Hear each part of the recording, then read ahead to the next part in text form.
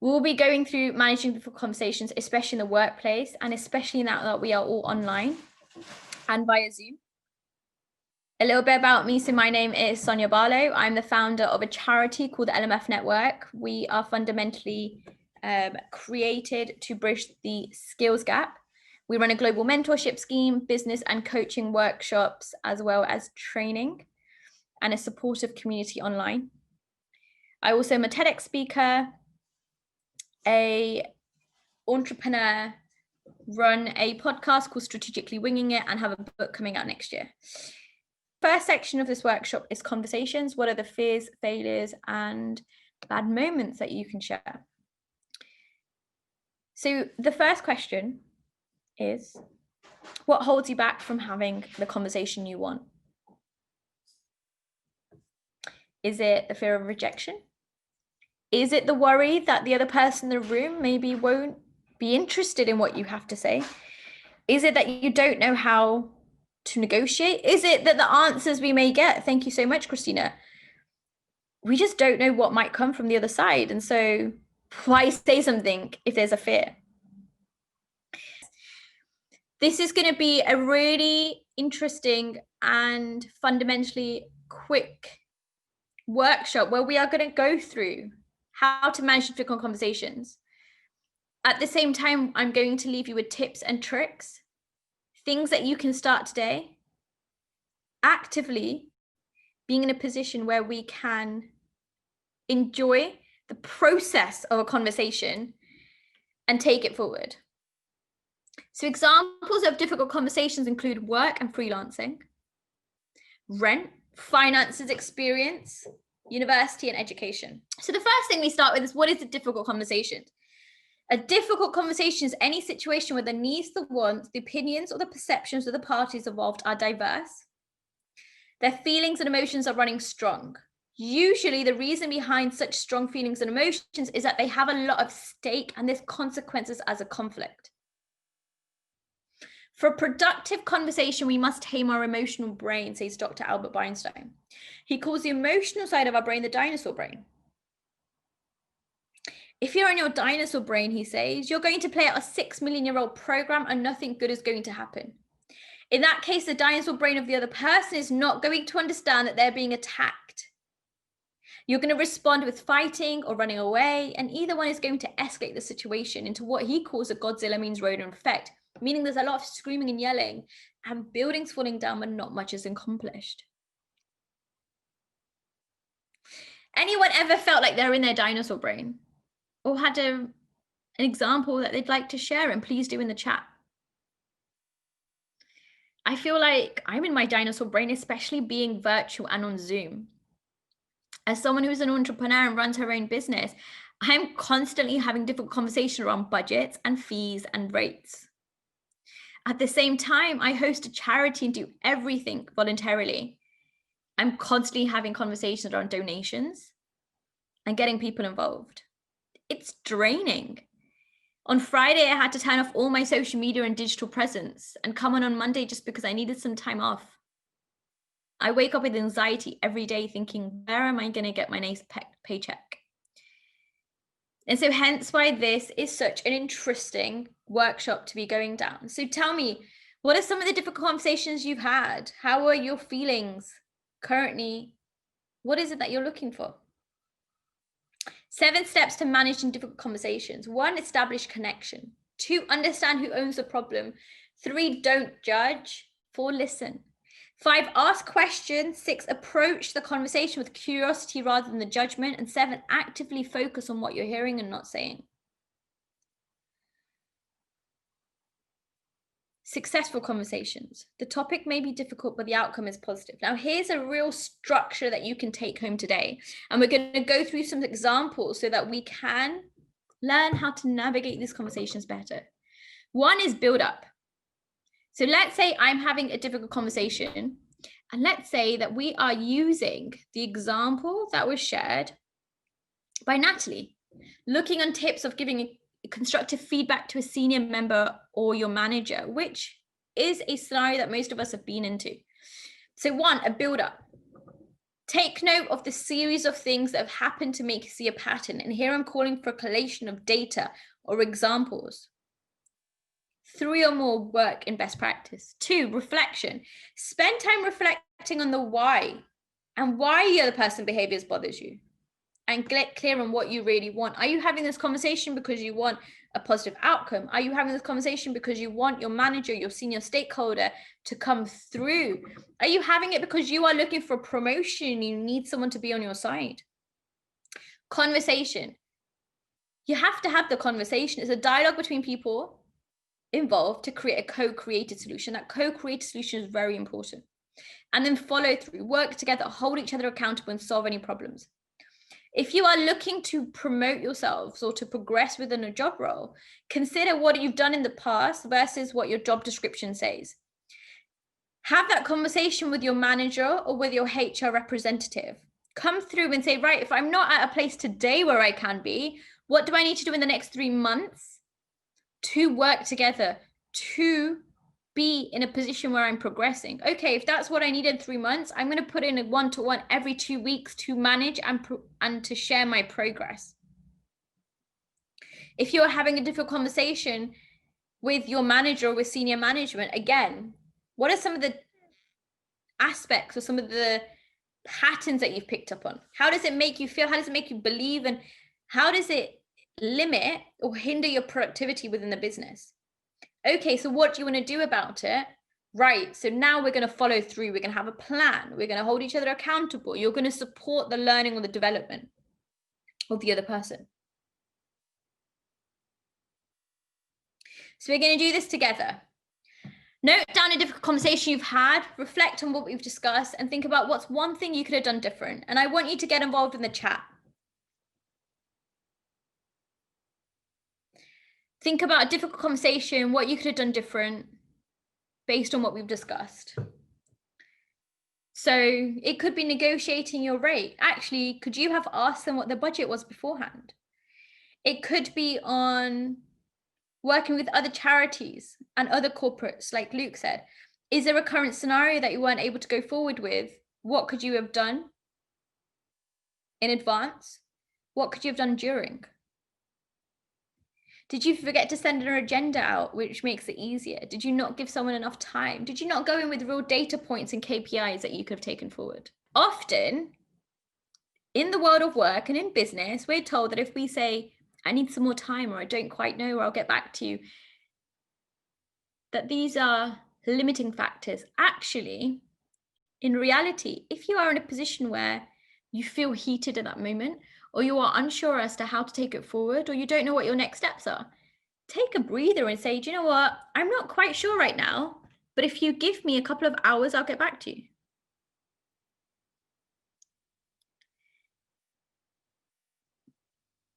If you let me come back to this, in this time, I'll come back to you.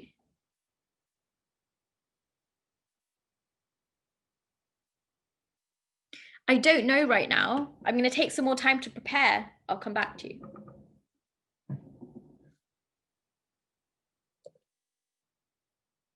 Any other scenarios? Anybody want to give a scenario that they'd want to discuss?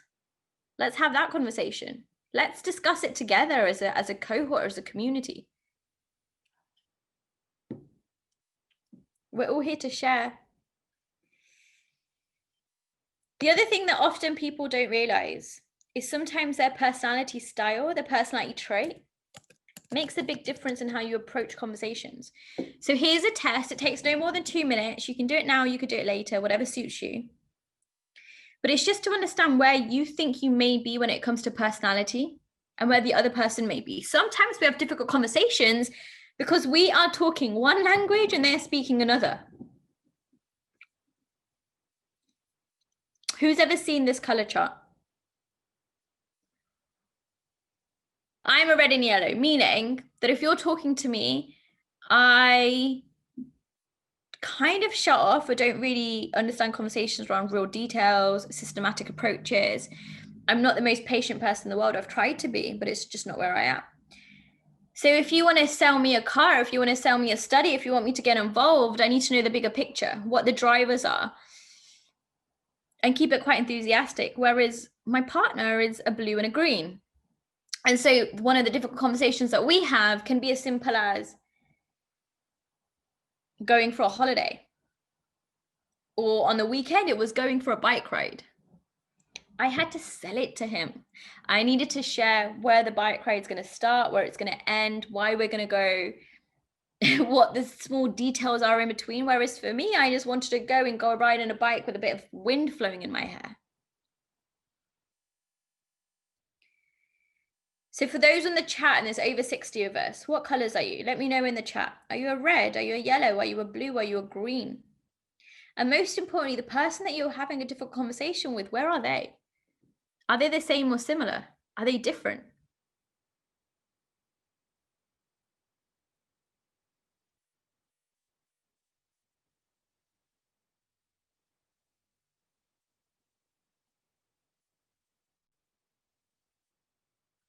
Red and yellow, yellow and green.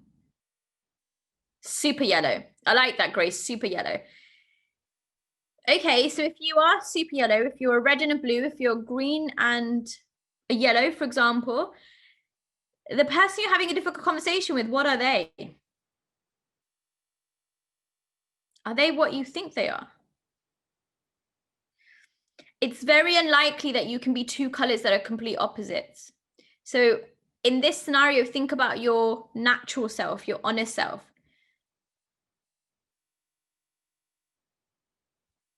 So not the person that you very much pretend to be at work or you try to be, but the person that you are.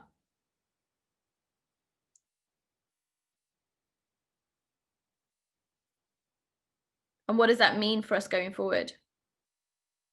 So I have a client who I've picked up through these courses. So of course, if you would like coaching on these scenarios, there'll be a discount code for those who have attended.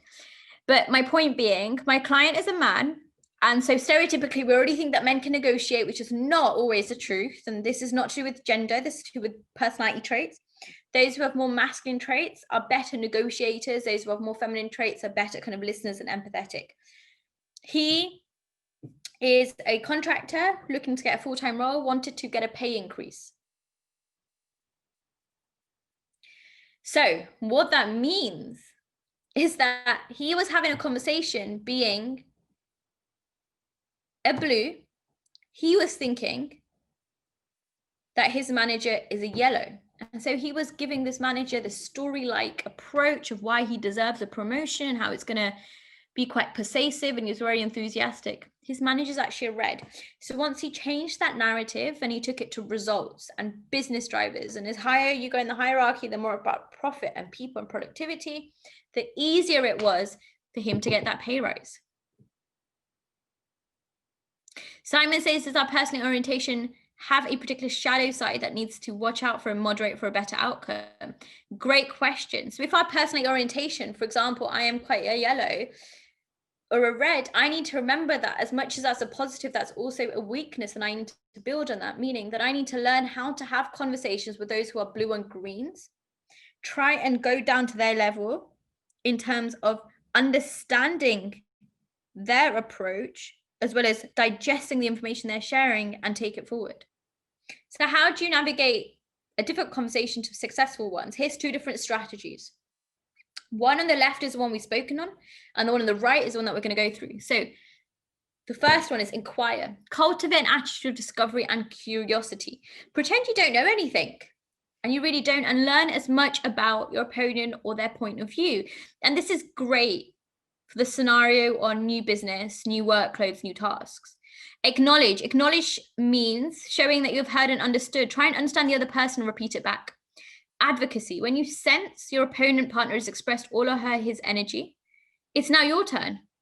Can you see from your perspective what the person has missed? Help clarify your position without minimizing theirs.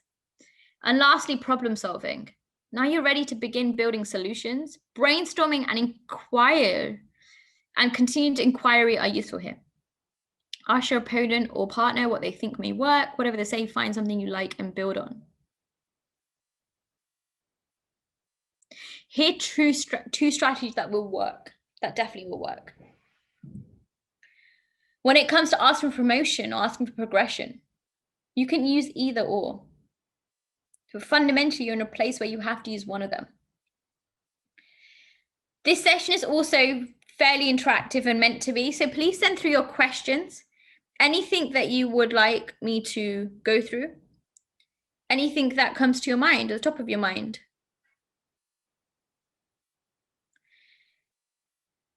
I don't want this to be something where I am necessarily just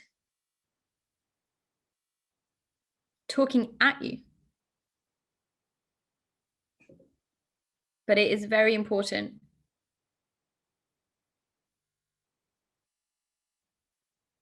to have an understanding and to go through.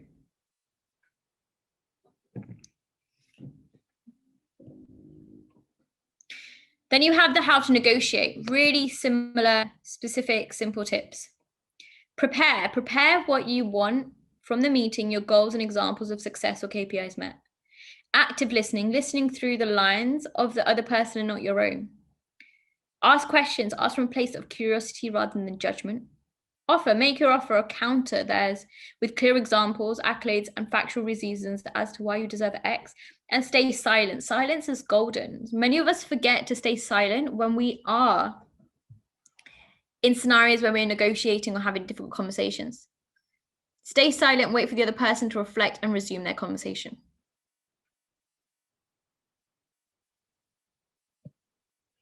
This is one that I've often heard, and that is something that I navigate all the time. Can you do this for free as we have no budget?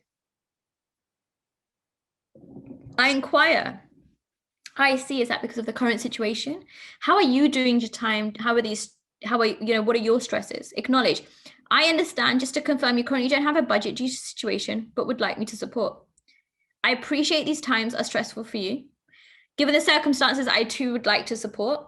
Let's consider if there's something we can do mutually. I want to provide X and you want to provide Y. And so we're very aligned in terms of our mission. And then problem solve. As I look into my current social media following, the amount of workshops I've delivered and my brands, the nominal fee is Y, but I'm happy to meet in the middle. My years of experience and my professionalism means that I am happy to discount this to X, plus offer a 20-minute phone call or coaching workshop. Or you can donate the sum of money into a charity. This will deliver the content you need for your community. It will help me to keep in pocket, but most importantly, it will help to build a solid and stable relationship going forward.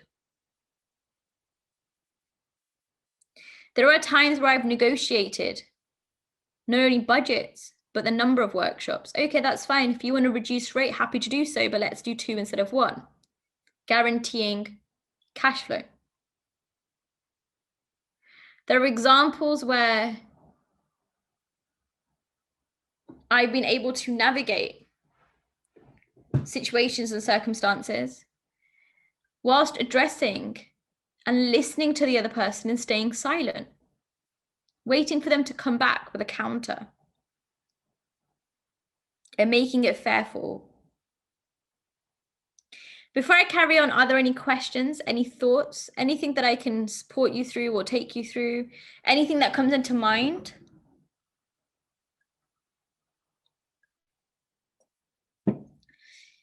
Any difficult conversations that somebody is currently going through, which we can help as a community and we can go through together?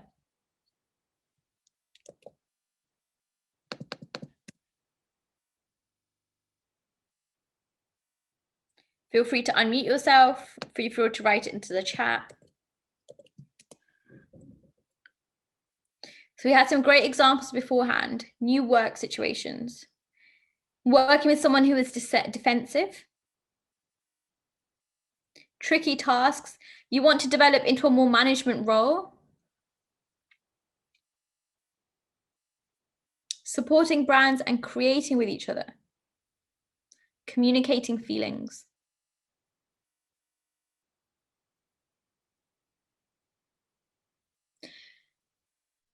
What holds you back from having the conversation you want? So we've already discussed this in some shape or form. What holds us back is a conversation itself. It's the fear of rejection. It's the misalignment or misunderstanding. It's not knowing if you are brave or confident enough to have one. Just before this workshop, I delivered one on diversity inclusion. And a lot of the conversations are difficult because they are catered towards really challenging topics that not everyone in your business is aligned to.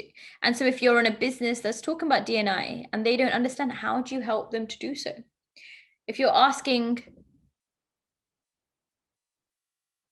for something in terms of flexible working, how do we take it forward? Simon asked, how does the power structure of the conversation fundamentally change the approach? Are you talking to a customer compared to a subordinate compared to your manager? Great question. Either way, all of these should be done via respect. All of it should be done through mutual understanding. What I always encourage, and I will say this now, is before any meeting, at least 24 hours before, send an agenda with clear focal points as to what you would like to discuss. Go into that conversation knowing that you may not come out with an answer, but you're definitely going to come out with a conversation. Leave, send an email as to what you've discussed, and put in another time to go through the discussion points, especially when you're talking to someone higher than yourself, senior or your manager. It is everyone's right and everyone's opinion to deal with these scenarios. And yes, there will be a difficult conversations or a different conversation if someone is on your shop floor versus if they are in the head office. But fundamentally, it's bigger than that. It's about productivity. It's about profitability. It's about happiness. Christina says, how do I find communication block between me and my business partner? She doesn't do her part and finds excuses. The first feeling is anger. And what can I actually do? But I need to be bigger than this. How do I deal with such situations? Christina, great question. So when I first founded my business, the LMF network, it was nothing more than a brunch club. And today it's a social global enterprise with over 30,000 following. We have a HQ in London, a chapter in Toronto, and our first university society. We have a global mentorship scheme. We're writing a book on it. But fundamentally, the first 9 months with my business partner was so difficult. And this is one of the reasons why I created this workshop, because I didn't know how to have the conversation. Every time I'd ring her up, it'd be resentment. I wouldn't talk about her life. I'd talk about business. So to answer your question, we need to go back to the structure, or one of these structures. And I would say go with the one on the left, right? So the point being, build up a series of things or patterns. Take real examples of where you have seen this person or a person of a similar situation not follow through. How has that made you feel? But most importantly, how has that impacted the business? Spend time reflecting on why the other person's behavior bothers you and clear on what you want. It bothers you because it's impacting your business, your productivity, your movement. And what do you really want? You either want this person to give you, or you want this person to do her or his part. Conversation, have a clear dialogue between those who are involved and co-create a solution, and then follow through, work together. So to answer your question, I had 9 months of back and forth. Every 3 months, I'd meet my business partner and say, look, here are the tasks. Here's what you're responsible for. Here's what I need done. And in the end, it got to a point where we went for lunch and I let her speak. I gave her the floor. I understand what she was saying. And then I took it back into my power and said, look, I appreciate that you're going through a lot, that you're feeling this sense of like overwhelm and you're not necessarily in the place that I'm at. Here's what I propose. Here's what we asked and here's what you delivered. Here's what I would like from the situation. Let's have a really honest dialogue as to where you see the business going and where I see the business going. Potentially it's not in the same place. And let's see how we can follow through. Either that means you give me 100% of shares. Either that means you go into an advisory role and step down from a co-founder position. Either that means we give another 6 months to see how we can work together. And if it doesn't work, we know what the angle is or how we are going to make a difference.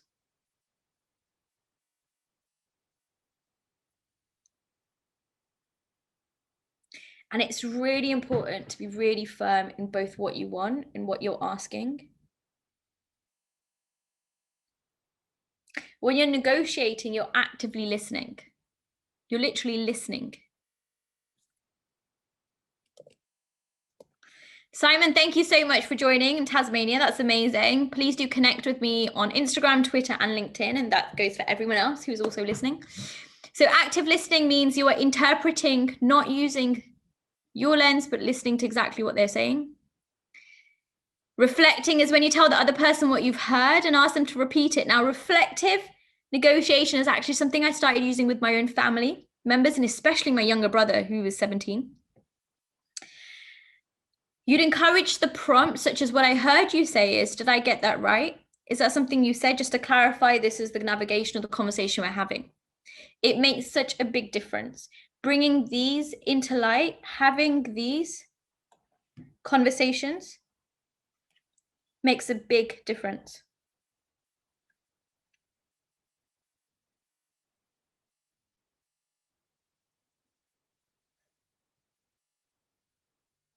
So when it comes to managing a difficult conversation, think about these 7 things.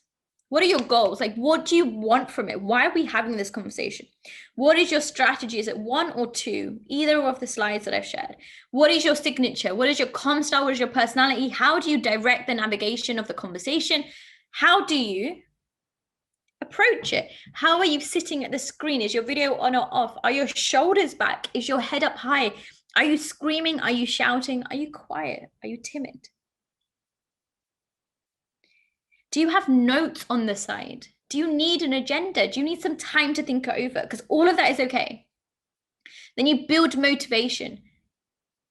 You discuss, what are you willing to compromise on? If you are going for a fee, if you're going for a promotion, if you're talking to your students, if you're talking to senior managers, where are you willing to compromise and what does that look and feel like?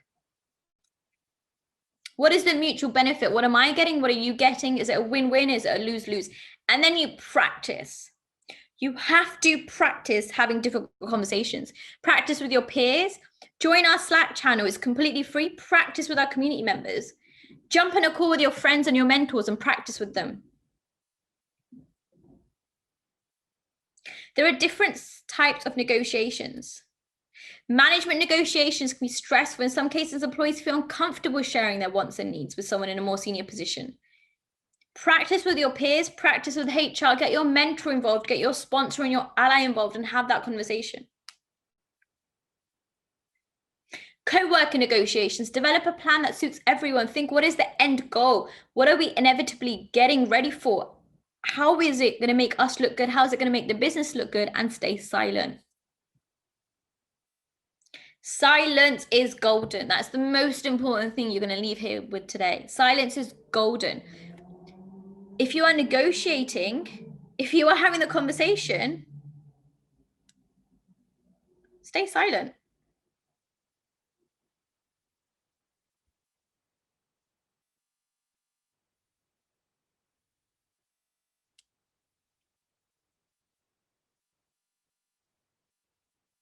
Don't feel like you have to fill in the blanks or that you have to be in a position where you're undermined. So what are some of the things we can start doing today? When we are going through emails online over the phone, we can send agendas. We can make clear points. We can bring examples to the conversation. We can make sure that our Zoom meetings or virtual meetings are no more than an hour. Over the phone, we can wait for the other person to pause and share our opinion. It's not about butting in, but it's about everyone is able to have their perspective. We can make sure that our emails are directed in the narrative of here's how you think. It's not how you feel necessarily, it's what you know, it's how you think. Here's what you want done. Here's what you would like the follow-up steps to be, and here's the time frame that you're giving. Christina says, I keep talking when they're silent to avoid uncomfortable silence. Should I stop talking? When should I stop talking? Yes, you should. It doesn't put you in a weaker position. It actually brings strength to your game. If you have given what you are negotiating on, if you have given what the scenario is, end it, stay silent. And if you want to stop that silence, you say something along the lines of, let's pick up in a couple of hours. Let's come back to this tomorrow. What I think I'm going to do is I'm going to put in a follow-up meeting in 3 days' time. That will give you enough time to think about my offer, and that will give me enough time to gather my thoughts, and we'll come back to this. But also stay mindful of firm your attention. Count to 3 before replying. Reread an email 15 minutes before sending. I've got myself into really bad situations because I've just sent an email in a heightened, angry moment. It's not worth it. Ask a mentor, a friend, or sponsor to practice with you, and don't be afraid to ask for support. And always take a deep breath. There's something I call the 6 S's: skill, success, and so what. What are your skills? Write them down. What are your successes? Write them down based on your skills, and your so what's was the impact or result that you've driven. Build this into your plan and your strategy when it comes to difficult conversations. Narrate your story and speak up. Don't feel like an imposter. An imposter is someone who feels like they're not qualified, they're not senior enough, they've had a lot of help. You convince yourself you're not good enough or capable enough. 62% of us feel like imposters, 86% millennials, and 38% is caused by self-doubt. And imposter syndrome, feeling like an imposter, is inevitably what's going to also impact you when it comes to going forward and negotiating, going forward and managing difficult conversations. Identify your strengths, talk it out, share successes, and consciously stop negative thoughts.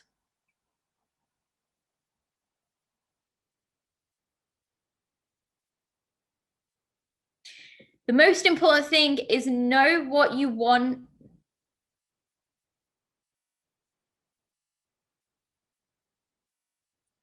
Understand your strategy. Go and identify your own comm style. Do you speak a lot? Do you talk over people? Are you quite, assertive in your tone? Are you not assertive enough? Are you timid? Are you shy?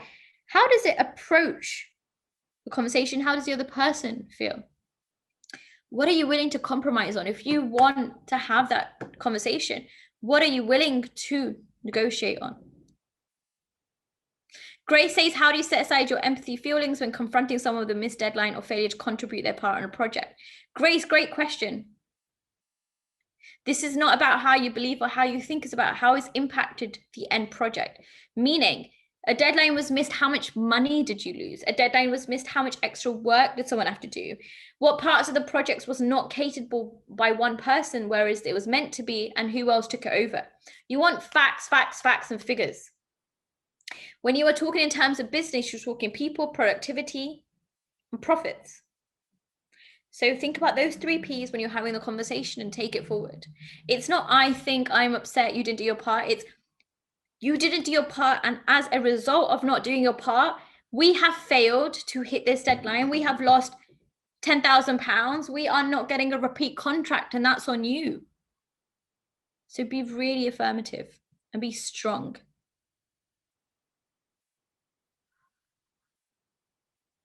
Some of the things that we can start doing today: difficult conversations, understand the purpose, and don't be led by emotion, practice. Think about your communication style, provide clear examples, and establish connection. Mindfulness, don't think of yourself as less, take a breath and slow down. Make a plan. And confidence, talk it out, share successes, and consciously stop negative thoughts. We're not done yet. I want questions, I want answers, I want to carry through. But what I do want to do is leave you with a challenge. One is discuss that difficult conversations you had with that person, your thoughts, feelings, and what outcome you would have preferred. 2 is to go with a coffee for one person virtually monthly. The more you meet new people, the more you converse with new people, the more that you are able to set aside your current communication style and identify a variety, diversity. It's going to be much easier for you to have those conversations in a way that you want, in a way that makes sense to you. And then lastly, find a buddy, an accountability partner, or a mentor. See if they can support you in your growth. See if they can take it forward.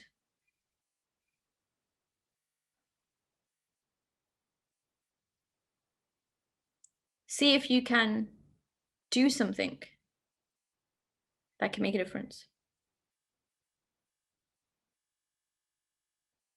Fundamentally, it's very important for us to challenge ourselves, to put ourselves forward, and to go in with an understanding of what we can do.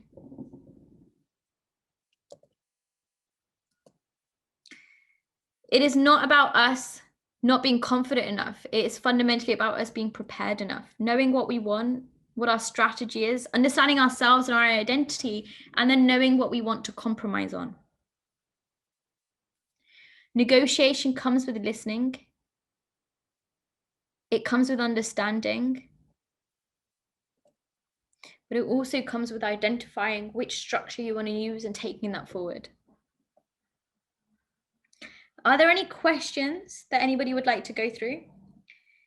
I appreciate we started a couple of minutes late, so I'm going to carry this on for a couple of minutes more and make sure that I'm covering everything you've already wanted. And of course, if you would like further instructions, confidence training, coaching, there's a discount code which we will send afterwards and go through that conversation. Anything that hasn't been covered? Anything that you'd like to go into?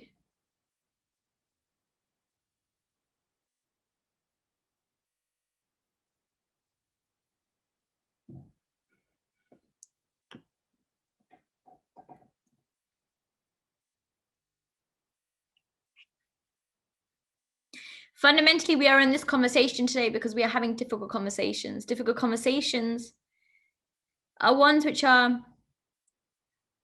denying us control. We are not positive. We are working on our mental health, different scenarios that come into play. Fundamentally, regardless of personality style you may be or you may not be, it's about understanding also the other person, your narrative, your directive.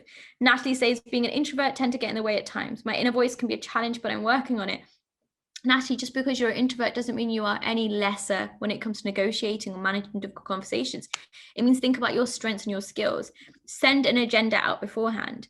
Put your points in an email or a cheat sheet, and especially on Zoom or like online forums. On one side, I have the conversation I want or the practice notes. On the other, I'm having the conversation. Go into it knowing that you're allowed to be silent. Make responses or bring out scenarios such as, actually, I'm going to need some time to think about this. Follow through via a follow-up email, and then put another time in whenever it suits you to say, look, I've had some time to think about what you've said. Here are my counters. Where do we go from here? It's really important to put your best self forward and think about how you are your best self and how you are taking that forward.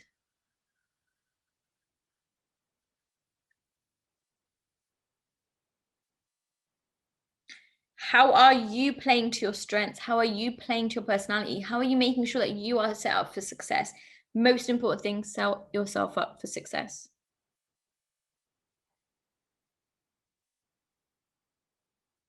This is your cheat sheet. This is all you need to take you forward.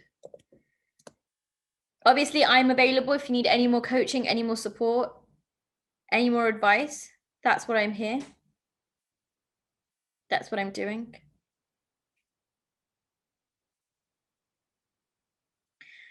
But more than not, I'm in a position where I really want to support you in becoming your best self. I started my business because I had extremely difficult conversations at work, in life. I was unhappy, I was depressed, I was going through mental health scenarios because my management didn't listen to me. It took me 6 months to get promoted internally. Instead of a 15% pay rise, I got a 2% pay rise. I didn't feel like I had anyone. I didn't have a sense of identity. Running my own business, I get myself into really challenging circumstances where I'm talking about rates and freelancing and really being a person where I'm able to negotiate really easily and also at the same time know my quality and my worth, which are often the problems we have when we are having difficult conversations. But fundamentally, though we've done this in about 45 minutes and it's normally about an hour and a half training session, it's about who are you, what do you want from this, and how are you willing to move forward so that you can get the benefit, a compromise, and have a successful difficult conversation. I think I'm going to end things here unless there are any more questions. I have put my socials in the chat. Please do connect with me. LinkedIn, Instagram, Twitter. I'm also always sharing these things, be it via a Instagram reel, be it via a newsletter that I've got going forward. And please don't feel like you are alone and that you are in a position that no one is there to support you. I've genuinely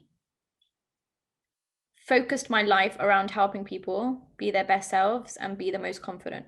So please get involved with me. Please connect with me. If you feel that you want like a mentor during this time, we have a great mentorship program that I can sign you up for. If you feel like you would need some extra support, join the Slack channel. I know the Iconic offices are doing so much that they can currently in their power to support you during this time. And of course, a lot of that is because we are going through a global pandemic. So please don't feel during this time you need to be productive or even happy. Just know that there are so many initiatives that this great organization is doing to support you in that movement, to take you forward, and ways that I can also help you to get involved. But thank you again, and I'll see you all next month.